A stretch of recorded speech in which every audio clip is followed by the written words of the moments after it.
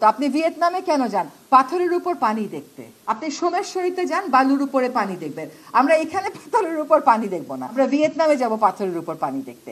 মানে একটা সুন্দর জিনিস হাতে ধরে কেমন করে অসুন্দর করতে হয় শিখতে হলে বাংলাদেশে আসতে হবে, একদম বাংলাদেশে আসতে হবে। গেলাম সিলেটে, জাফলং এর মতো একটা অপূর্ব সুন্দর জায়গা একেবারে চোখের সামনে নষ্ট হয়ে যেতে দেখলাম, ধ্বংসলীলা। এই পাথর নাকি তুলতেই হবে। কেন তুলতে হবে? কারো কাছে পরিসংখ্যান নাই।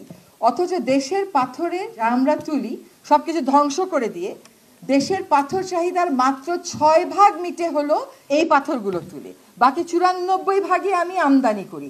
94 ভাগে যদি আমি আমদানি করি, 6 ভাগ কেন আমি আমদানি করতে পারলাম না? কেন আমরা ভিয়েতনামে গিয়ে ওদের নদীর ট্যুরিজম কত সুন্দর এটা দেখি, কেন আমি জাফলংয়ে একটা ইকো ট্যুরিজম করতে পারলাম না? কেন আমাদের নতুন প্রজন্ম আমরা যেরকম জাফলং দেখেছি সেরকম জাফলং দেখতে পারলো না? সেইখানে তো আবার রাজনৈতিক ঐক্য দেখলাম। সবাই এখানে ম্যানিফেস্টোতে আমরা কথা বলতেছি, আমরা 2জন উপদেষ্টা গেলাম সেখানে, যাই হোক যা হবার তা হলো, এটা হওয়ারই কথা। আপনি যখন ন্যস্ত স্বার্থ গোষ্ঠীর স্বার্থে আঘাত দেবেন আপনাকে এরকম আঘাত প্রতিঘাতের ভিতর যেতে হবে। সেখানে কিন্তু আবার পাথর উত্তোলনের ব্যাপারে সর্বদলীয় ঐক্য দেখলাম। সেখানে কিন্তু দেখলাম না যে আমরা জাফলং রক্ষা করব, পাথর 6%ই তো আমরা আমদানি করে আনবো। কিন্তু দেখেন এই 4টা বছর পাথর আমদানি কিন্তু আমরা, পাথর উত্তোলন কিন্তু আমরা বন্ধ রাখতে পেরেছিলাম জাফলংয়ে।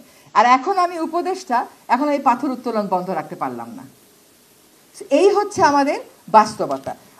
আমরা কেন দেশের উন্নয়নের বিরুদ্ধে কথা বলবো, কিন্তু জাফলংটাকে ধ্বংস করে দিয়ে কিসের উন্নয়ন হচ্ছে, কার উন্নয়ন হচ্ছে? আজকে যদি ওখানে পাথর তোলা না হয়, ইকো ট্যুরিজম হয়, আমি আপনাকে বলে দিচ্ছি, আপনারা সহজ হিসাব করবেন যে ইকো ট্যুরিজম দিয়ে আপনারা কত আয় করেন, সরকার কত আয় করে, আর পাথর তুলে সরকার কত আয় করে। এই কমিটিভ অ্যানালাইসিসটা কেউ কখনো করেছে?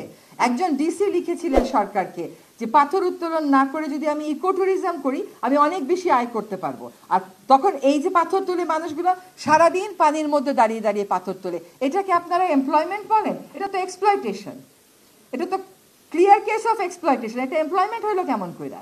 আর এই যে পাথরগুলো, ধরেন অন্য দেশ হলে কি করতো? আপনি ভিয়েতনামে কেন যান? পাথরের উপর পানি দেখতে।